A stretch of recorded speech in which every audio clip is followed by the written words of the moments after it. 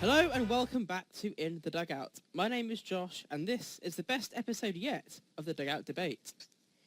As is now customary on the Dugout Debate, I am joined by my fellow presenters, partisans and pundits, and also my pals to a certain extent, Chris and Alex.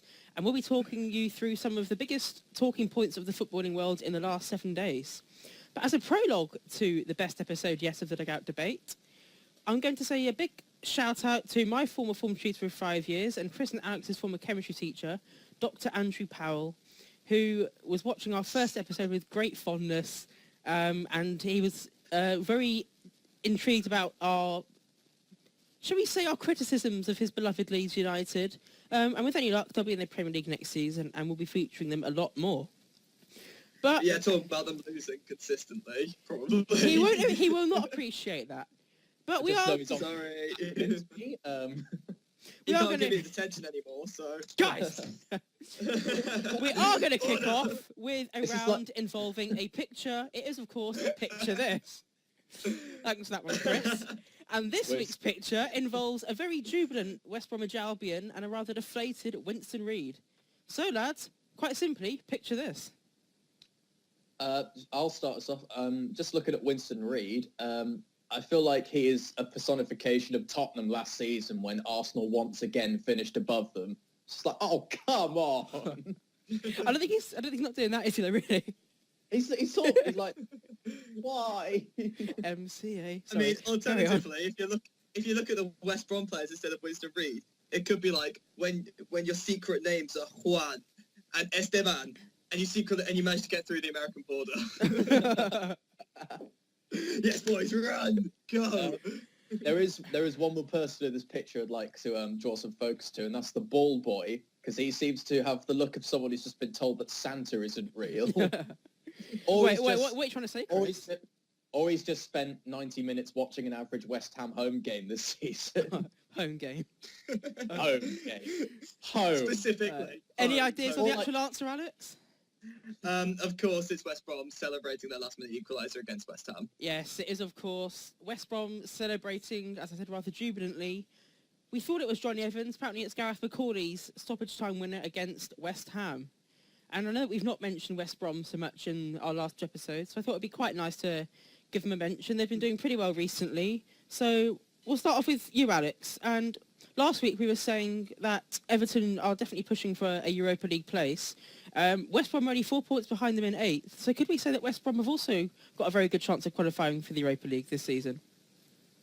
I don't see why not. I mean, it's amazing that I can't believe I'm saying this, even though I've never said he's a terrible manager or anything, but Tony Pulis has done wonders for that West Brom side. He's been absolutely brilliant, and they have played their style of football. It's still not, it's not like, it's not fast, it's not particularly entertaining, but it's effective and it works. And I mean, as much as he didn't start off firing when he first signed, Salomon Rondon has been a fantastic goal scorer for them as well. So I don't see why they can't push for a European place. They have a manager who seems to know what they're doing, a set of tactics that seem to work, a striker who can finish, and a defence that knows how to defend. So happy days, really.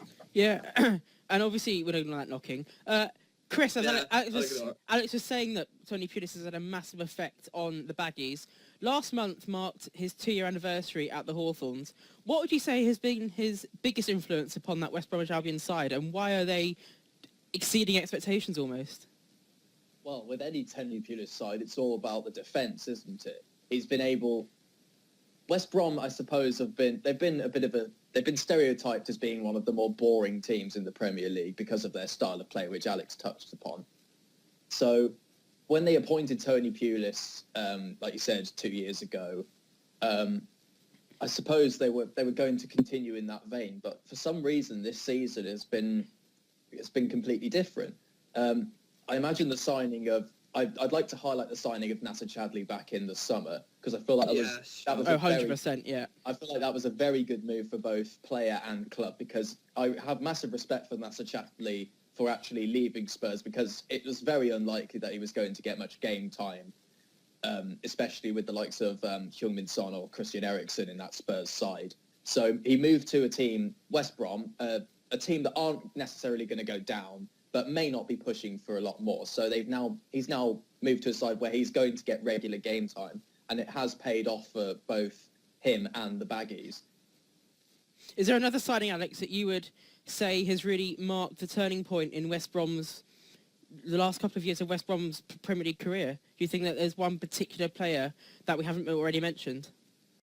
I feel like that's a leading question. I feel like that's someone I really should be thinking of that I'm completely missing. But for me, honestly, even if there is someone else, the first player that would come to mind, had he not already been mentioned, is Nasser Chadli. I think that he provides a mixture of solidity and creativity in a sense, and I think that both of those things, he's almost like a creative backbone, and I feel like that's really what West Brom were actually missing. So I feel like he's arguably the most key signing they could have made. I will just politely ignore the fact that you didn't quite answer the question and move on to Chris, who I think this might hurt you a little bit. But obviously with Birmingham mid-table of the Championship, Villa just about keeping their heads above water in the Championship, West Brom are currently the best team in the Midlands. Are they on the verge of becoming the biggest team in the Midlands? Well, I wouldn't call them the biggest team in the Midlands in terms of history, because of course Villa are the dominant force in that area. Yeah. And much like Liverpool, us Villa fans like to focus on our history rather than the present. But in terms of West Brom aren't exactly like a low level team, because they've had reasonable success in the past. Am I correct in saying they've won the FA Cup? I think so. They may well have won the league. I can't remember. I seem to remember that I think they've won. Yeah. So the reason behind, I've sort of because last season when Villa was still in the Premier League, obviously West Brom were our biggest rivals because they were local, they were in the same league, provided a good contest. Now that Villa have gone down, my heart aches, of course. My heart aches. We can share with you in that one, to be fair. And not this week. This week I'm in a good mood. It was a fairly good season for Midlands teams last season, of course, with Leicester winning the title. Yeah. But that's more of an East Midlands side. The only West Midlands team now, or West Midlands teams that are now still in the Prem, are West Brom, and to some extent, I'd say Stoke, even though they're from Staffordshire. Stoke are a consistent team. They finished ninth both in all 3 seasons since Mark Hughes took charge. So perhaps they should really be pushing for more, in my opinion, because I feel like that would be something that both the Stoke board and the Stoke fans would be looking for after this level of consistency they've provided. But now that West Brom are now pushing for, well, I would say they are pushing for a Europa League place, even if it's in the qualifying stages. I feel like they could do that. So then if that does go successfully, then we could actually be seeing West Brom as a good contender for a dominant West Midlands team at the moment. I couldn't agree with you more. And something else of note this season, or this week rather, was the awarding of Premier League Manager of the Month and Premier League Player of the Month. We'll start with the former and with you, Alex. Do you think that Paul Clement warranted the awarding of Manager of the Month?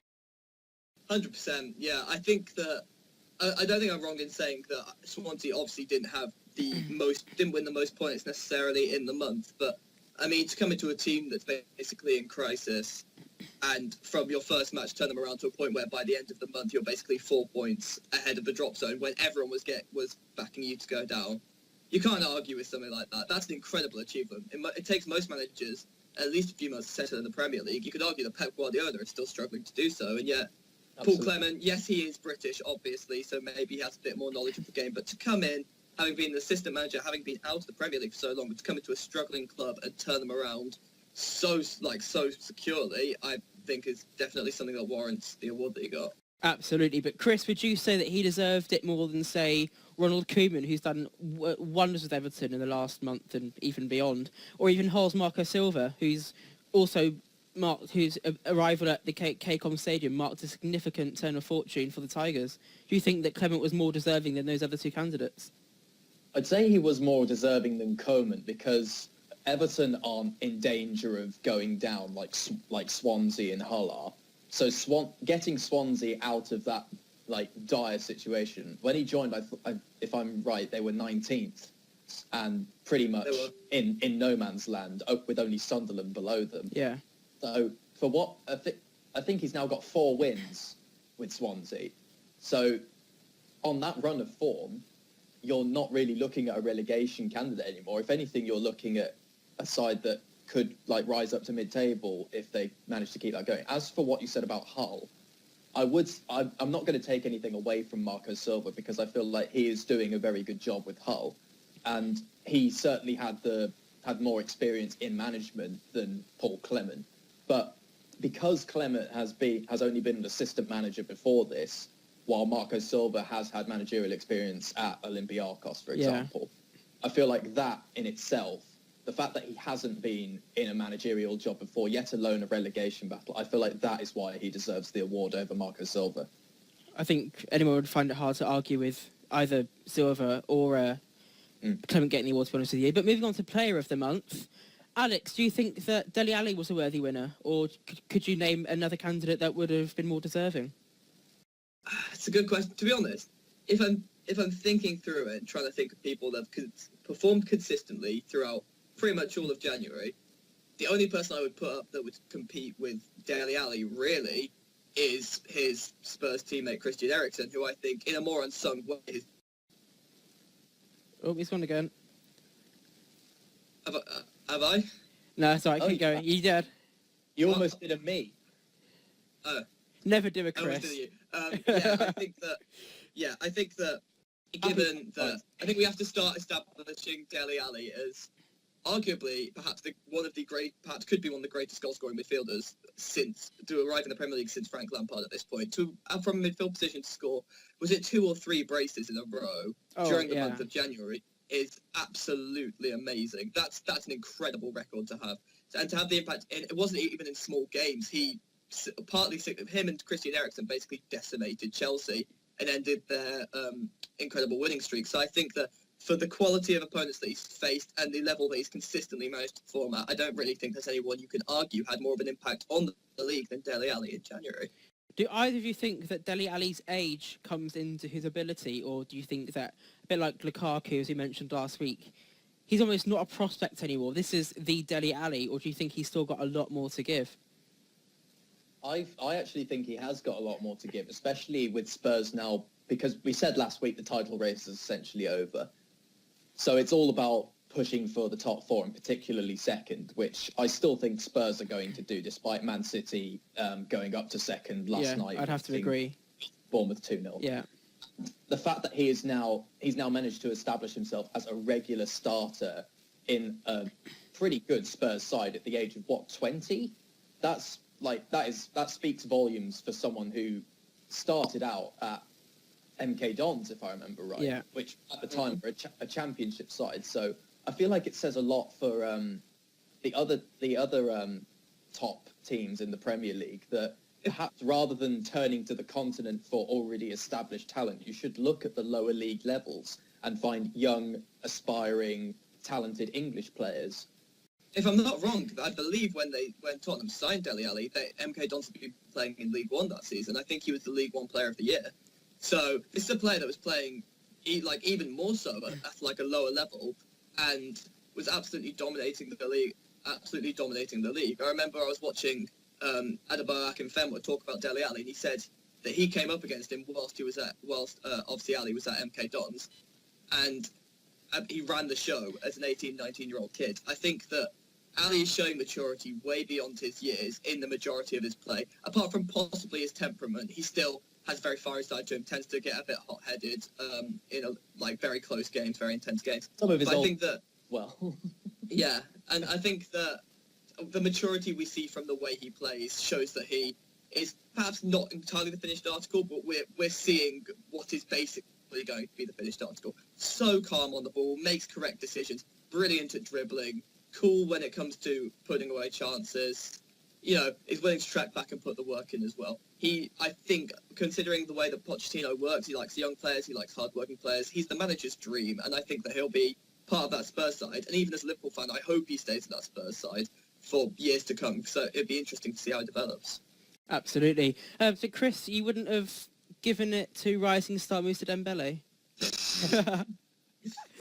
I want to give the January Player of the Month award to Moussa Dembele because I think that in February class stuff. Right, now I have taken no, it's not. I've taken the reins of the best episode of the Dugout debate, so I've decided to mix things up a little bit. So our two hardcore fans, hi mum and dad, will be expecting a number of the week at this point of the episode. However, I've gone for a phrase of the week this week. And this week's phrase of the week, to repeat myself 3 times, is exceptional items. So guys, what could exceptional items denote? Do you want to start us off, Alex? Yeah, sure. Is exceptional items the Muslim children who go on the school trip to America that aren't let through border control? That would have been funny if we heard all of that and he hadn't cut out. Topical. No, I've got my audio. I'll just send it you. It's fine. Is it, how does Waitrose advertise a buy one get one free deal? To be fair, do not insult Waitrose for 1 second. I mean, mate, I'm a student. I'm Tesco's. No, is it on what are your desires on my dating profile? Is it just the one thing I put on what I want from a woman? actually, from having looked at it, yes, it is. Any ideas on the actual answer? No, I've got one more. Oh, okay. Is it what does Prince Philip describe Kate Middleton as having? No, he's not the only one. Lavery, any ideas on the actual answer? Oh, firstly, I think the royalty watch this. I mean, I wouldn't insult them too much; they might get offended. But obviously, it's what Bastian Schweinsteiger is listed under in like the Man United like books. Yeah, that's right, Alex. Like under the United I know how to accounts. phrase it. Yeah. The account. We know what you mean. So obviously, Bastian Schweinsteiger completely exiled from the Manchester United squad when Jose Mourinho took over. A Germany legend. Many thought, what's he doing? He can't do that to such a legend. It's just wrong on so many levels. But he's worked so hard. He's got himself back into the team. But my question to you, Chris, is his professionalism and his determination aside, is his ability enough to warrant a place in the United side?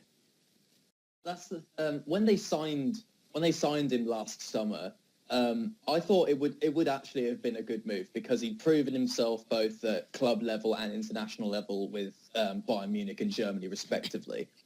But then after the first season, you start to notice the sort of flaws around Bastian Schweinsteiger, and that's that I don't think he's suited to the English game. In Germany, he was perfect because it was a lot slower, I'd say, than the English style of football. So sort of bringing him into the English game with Manchester United, it certainly looked like a good idea at first. But then once you'd actually seen that he just couldn't keep up with the pace of the English team styles of play, you just have to see that, oh, hang on, this may have been a really big mistake. So yeah. I suppose of course, it's a shame that Jose Mourinho treated him the way that he did, exiling him from the team, and he is such a legend, like you said. So now that he's been given a chance back in the team. Was it the FA Cup game that he was given? Yeah. So it's been good that he's been able to actually show that he can play in the English game. So perhaps that could warrant him a bit more game time with United. Alex, you think that this is going to be Bastian's last season as a professional footballer? Do you think that he's got one more season left in, or maybe even 2, whether that's at United or at another team? I could see Bastian Schweinsteiger go. I could see him going for another season, but perhaps not at Manchester United, because as much as I think he is a quality player who would get into a lot of teams in the Premier League, despite perhaps his lack of speed to keep up with the physical aspect of the English game, in the Man United team, where's he realistically going to fit in? He's never going to get into the first team because at the moment he would probably sit somewhere, he'd probably try and get one of the places of Herrera or Carrick, who are both, as has been proven over the course of the season, so crucial to the success of that United side. And they're the real backbone, so I can't see him getting into the United side. I think that he's good enough to play for another season, or maybe another couple of seasons. If I were him, I would want to go back to Germany. I'm not entirely sure. Was he at Bayern his entire career, or did he come from I think it was Bayern entirely, yeah. Yeah. I don't know if he'd managed to get into the Bayern team, but if he was going somewhere and he had to be in a team where he was just behind the scenes, perhaps being motivational, perhaps coming off the bench occasionally, I think as a player he would probably rather do that at Bayern than he would at Manchester United. So I could see him perhaps just making a move back to Bayern in the same way that a few players have done to the English league, just near the twilight of their careers. And I'd like to see that, because I'd like to see him play another season. And do either of you think that it would even be worth just keeping him around the club? I'm talking about Manchester United. Of the experience that he's got, everything that he's won as both internationally and as a club player. Do you think that he's got invaluable experience to that Manchester United side with so many young players coming through that they really couldn't afford to do without? Absolutely. I mean, if it's sort of similar to how Zlatan Ibrahimovic is serving. I mean, of course, he's playing far more regularly, but he is also a figure to look up to for a lot of the United youngsters, particularly Marcus Rashford. Ibrahimovic himself has even said that he's been impressed with Rashford's skill at his young age. So to have a figure like Schweinsteiger around for the younger players in the midfield, am I right in saying Timothy Fosu-Mensah is a midfielder? I think he's a defensive midfielder. He can play so many positions, to be honest. So to have someone like that at United to help the younger players blossom a bit more. You're having some problems with the arrests, aren't you, today? To help them blossom a bit more is certainly worth keeping him around for. And would you agree with that, Alex? Yeah, 100%. I think that in any team, especially a young one like Manchester United, I think that having players with the kind of experienced players who can keep a cool head in games where it's very intense, where it's very high pressure, is very important. And especially, like you said, Manchester United have a lot of young players coming through that a lot of their hopeful first team for the next couple of seasons will probably be quite young and won't have had a lot of trophy-winning experience. So to have somebody to just keep them all grounded whilst that's all going on, someone who's been there and done that so many times, I think you can't overestimate the value of that. And I think having the likes of Schweinsteiger would obviously be helpful for that kind of situation. And I, for one, would love to see the fairy tale finish of him scoring the winner of the EFL Cup final, which we'll be previewing, I'm sure, next week. But it's time to move on once again. And another major development coming out of the footballing world this week was, of course, Liverpool's banishing of the Sun at any of their press conferences. Alex, so long after the Hillsborough disaster and so long after the Sun printed that rather outrageous headline, and this is something very close to your heart as a Liverpool fan, do you think that it's come at the right time? Do you think it was absolutely necessary, or I think it was almost 25 years on from the Hillsborough disaster, to ban the Sun after so long? I think that from the club, I think it sends a message to the fans, because a lot of the fans, especially the hardcore Liverpool faithful, have been calling for this for years, because, I mean, in a lot of areas of Liverpool, the Sun is barely even sold anymore because nobody wants to buy it. Everyone hates it because it's villainised the victims of some of the biggest tragedy that's happened to Liverpool Football Club. And obviously, Liverpool being such a football-loving city, they see the Sun as villains. And I think that they could have banned the Sun at any time. I don't think it was necessarily necessary, but it does send out a message that the club is listening to the fans, that the club shares the same values and the same passion about the evils that the Sun has really done about the Hillsborough disaster as the fans do. And I think that from that perspective, as a Liverpool fan who also cares quite a lot about that, I mean, I have no issue with the club doing it. I'm perfectly happy for the Sun not to be anywhere near my club. Chris, do you think that Liverpool, or the powers that be at Liverpool, are guilty of just trying to score brownie points with the Anfield faithful? No, I don't think so, because Liverpool Football Club already has a massive following. And the fans are incredibly loyal to the club. I'm sure Alex will agree. So for a move like this, Nearly changed my allegiance to Real Madrid last month, but we'll ignore that. At least you didn't change to Everton. It's true. I think we need some facts. Let's look at it. It's the Ferguson. You'd have to become a Newcastle fan to enjoy this, wouldn't you? But no, a move like this for the club, it just moves in tandem with, like Alex said, you hardly ever see the Sun sold anywhere in Liverpool now, and that's because the city council has also got behind the fans. And I also have a lot of admiration for how both Sheffield Wednesday and Nottingham Forest were the other teams involved in the whole Hillsborough thing, if I'm right. Yeah. So you have to admire the sort of camaraderie that those three teams now have because of that event. So in terms of like trying to score brownie points, I think that's absolutely ridiculous. It would be like Bradford City banning the Mirror for saying something slanderous about the stadium fire. It wouldn't be done because they just wanted to score points with their fans, because that's not how football fans work. The vast majority of them are loyal to the club that they pick, either at a young age through like their location or getting it passed down through family or whatever. So I'm going to reiterate my point, which I've probably said about 3 times now. There's no need for a football club to try and score brownie points with their team. That's 4 times now.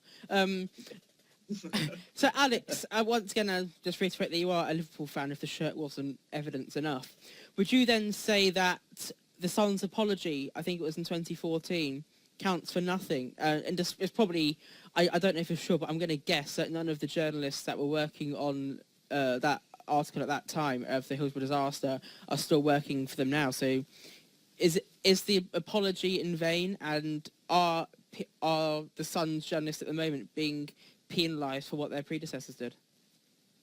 Yes and no. I can see your point in the sense of the people that reported that headline, who reported it either unknowingly or knowingly, but suspected knowingly, completely incorrectly, obviously slandering a bunch of Liverpool fans who lost their lives. Obviously, they're not the same people that are writing now. But I think I don't think necessarily it's a fight against the current Sun journalists. I think it's a fight against the establishment that is the Sun. And what you have to look at is, despite the fact that the people who have currently issued an apology only 18 years or so after the actual disaster happened, and only when it was actually found out that they lied. I mean, they kept it hidden for as long as possible, but only apologised when they were absolutely forced to, because it was made abundantly clear that they had completely slandered the club. So it's not like they may not have written the original article, but would they have apologised if all this new information hadn't come out?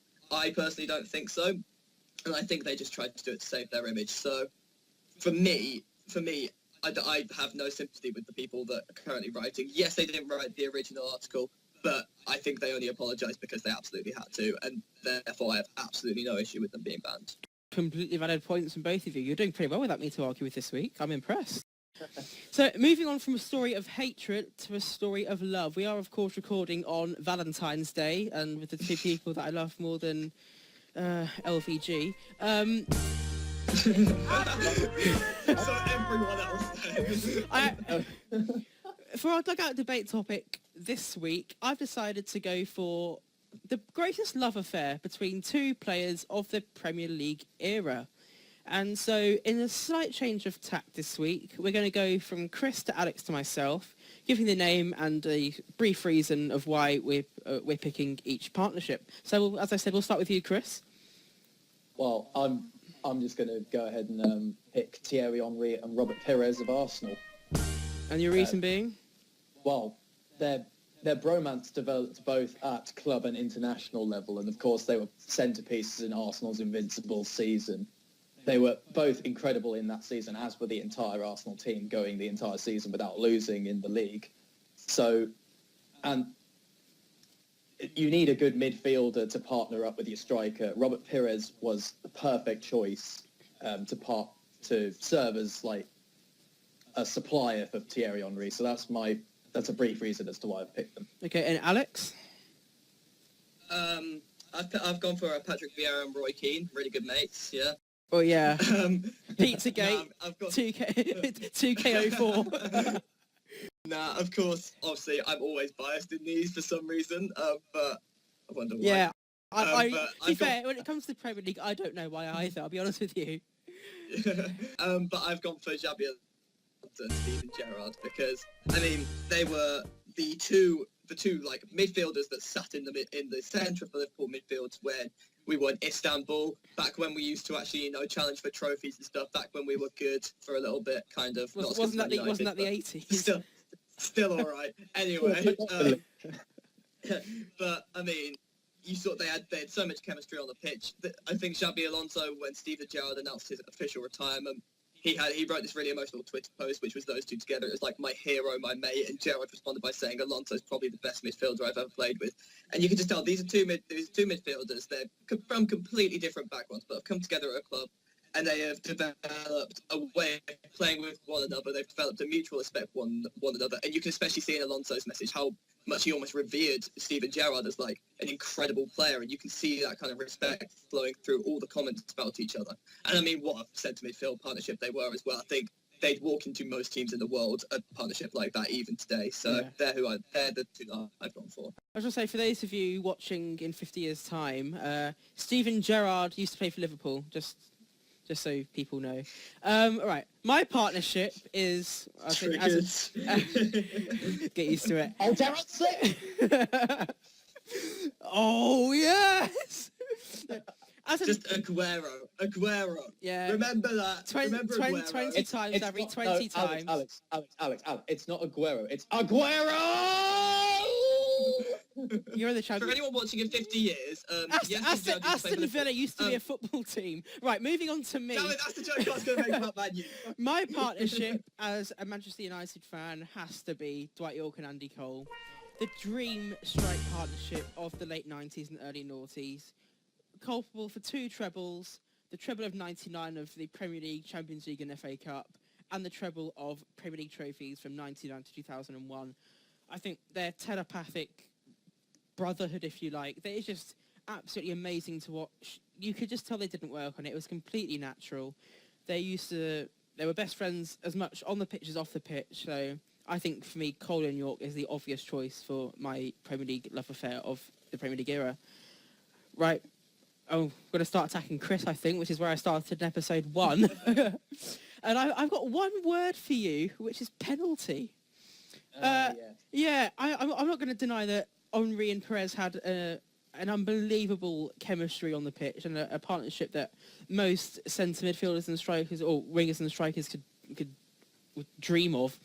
But obviously, it goes without saying, but they didn't have it all the time. And this was a blaring example of how badly it can go wrong. So what point would you say to counter that? Of course, the penalty incident is something that I'm sure both of them would rather forget. But they can't. Especially while Robert Pires was playing in the Indian Premier League. That's quality opponents, man. I don't know what you're moaning about. The Kerala Blasters. What are you talking about? Sunil Chetri is one of the greatest strikers to have ever graced the modern game, and I will not hear anything different. No, when you look back, at the Invincible season, there's no doubt that that Robert Pires and Thierry Henry were like one of the crucial reasons as to why Arsenal were winning so much. In that season, there was 44 goals scored between them, 30 of which went to Henry, and he was the top scorer that season, unsurprisingly, as you'd expect for a title-winning team. Sorry, Harry Kane last season. But they came second. Oh wait. And guess who finished above them once again? At least Harry Kane's a rising star, but we'll carry on. I'm not letting this go. Mr. Dembele to be fair. That was the joke, Alex. But no, I don't know. In both their times at Arsenal, jointly they won 2 Premier League titles, 2 FA Cups, and 2 Community Shields. That was just at Arsenal alone. And then with France, they went on to win the World Cup and a Euros tournament.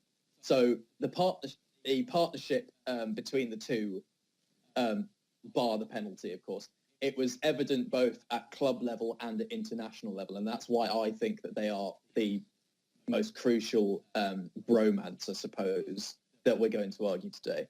And have you got anything to argue against that, Alex?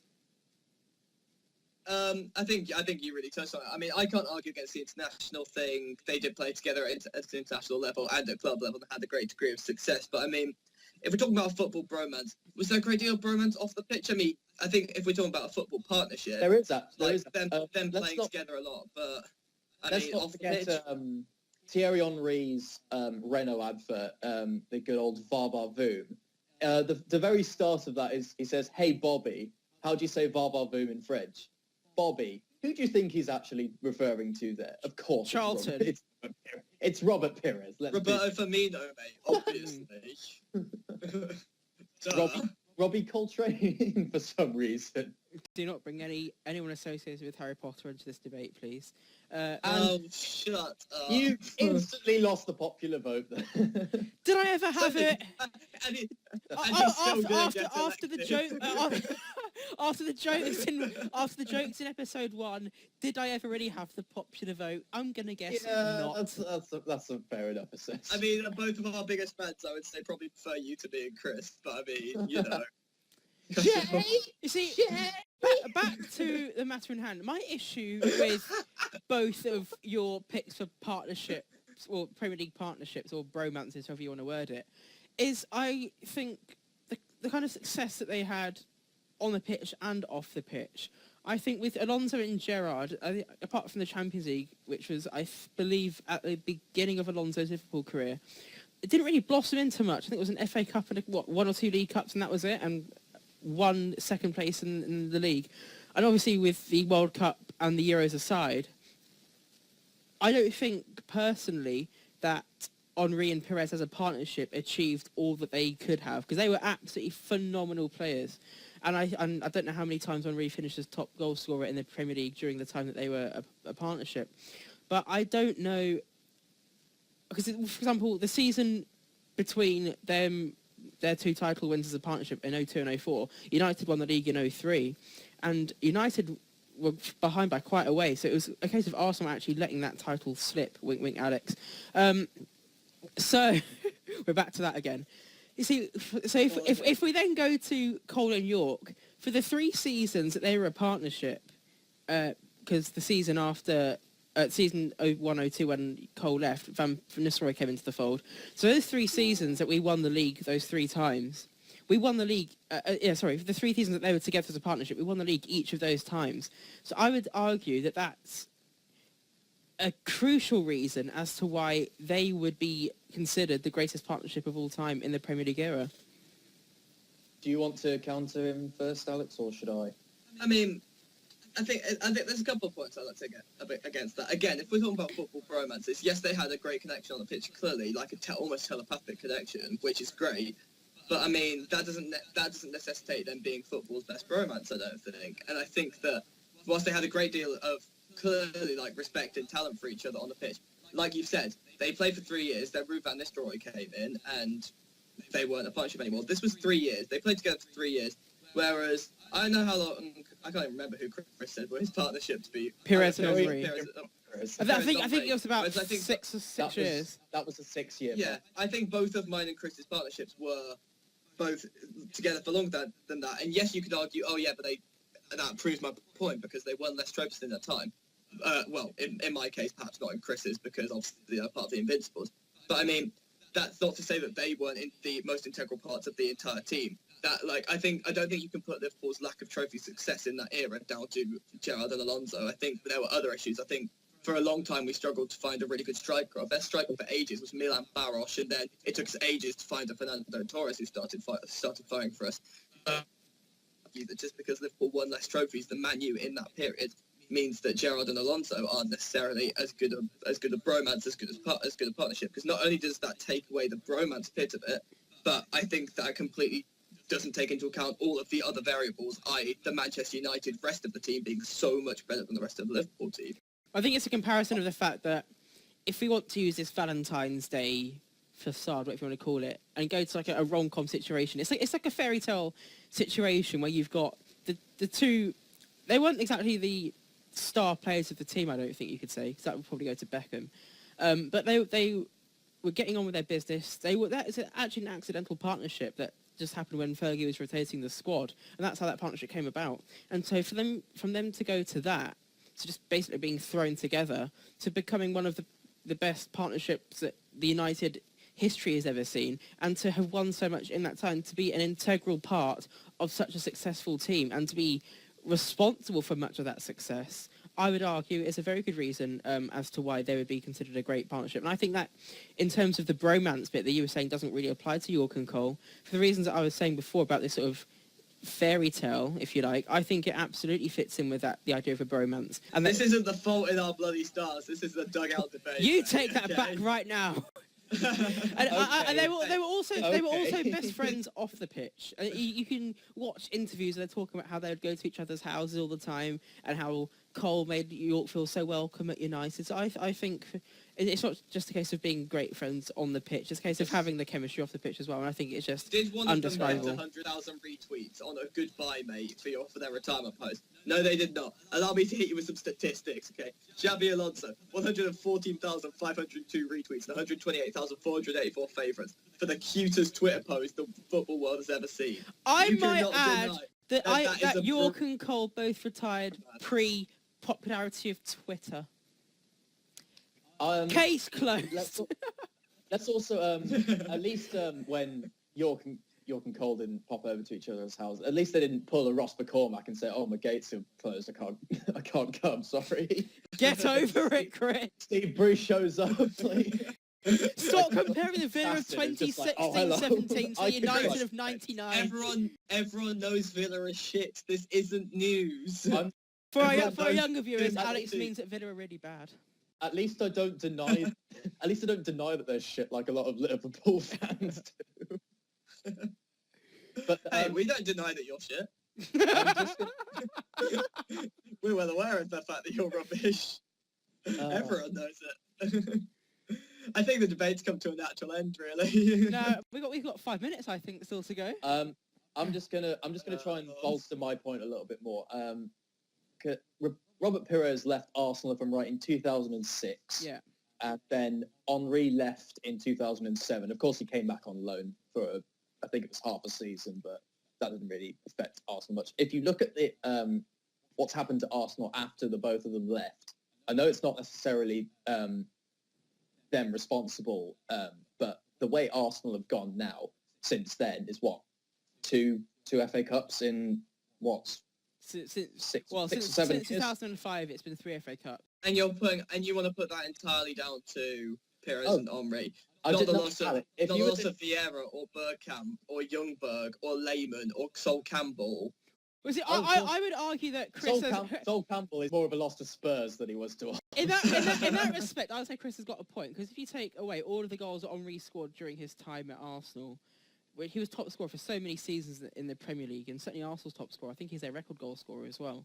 So taking all those goals away and not really replacing him fully until Van Persie's last season at the Emirates, I would argue is quite a valid point, to be honest with you, in terms of taking all those goals away. I did say it's not necessarily them leaving that is responsible. Oh no, not solely, but I would argue to a certain extent. I'm just saying it's something worth noting. Oh, without question, yeah. Any response to that? No, not really. That's fair. You were just sort I of have to jammed concede up on that. I have to concede that. Can't really argue against it. Fair point. Okay, so I suppose that does wrap up the Dugout debate for this week. I'm sure you'll all agree that I've won for the 3rd week in a row in the best episode yet. We'll let all of our 14 subscribers argue that down in the comments. Yeah, and Are remember, you just saying the best episode yet so you can put the best episode yet in the title and try and get more views? no, I'm saying it so that when I apply for a job and they'll say, "Oh, what was your presenting like?" I say, "Actually, I presented the best episode yet." Oh, for God's sake. So let us know in the comments who you think actually did win the debate, or if you've got your own partnership to suggest for the best bromance of the Premier League era. And if you are having fun on Valentine's Day, stay safe and can we be godfathers? And on behalf of... If you say it's safe, how are you going to be a godparent? Mummy, why am I called Roses? Well, the Dugout debate. It's because our family always named our children after what we love. As I'll be saying to Josh Samuels II and Brexit Nigel Samuels. Keeping politics out of this, we hope you have enjoyed the best episode of the Dugout debate. I think Alex is about to pass away. So if he's not presenting next week, then you know why. Make sure, as always, that you like, comment, follow, share, and subscribe. And until next week, we'll see you later. Bye. Thanks for tuning in. Right, good episode, lads, as once again. Was it the best episode ever, though? That's the real question. For more footballing news and views, like, follow, share, and subscribe.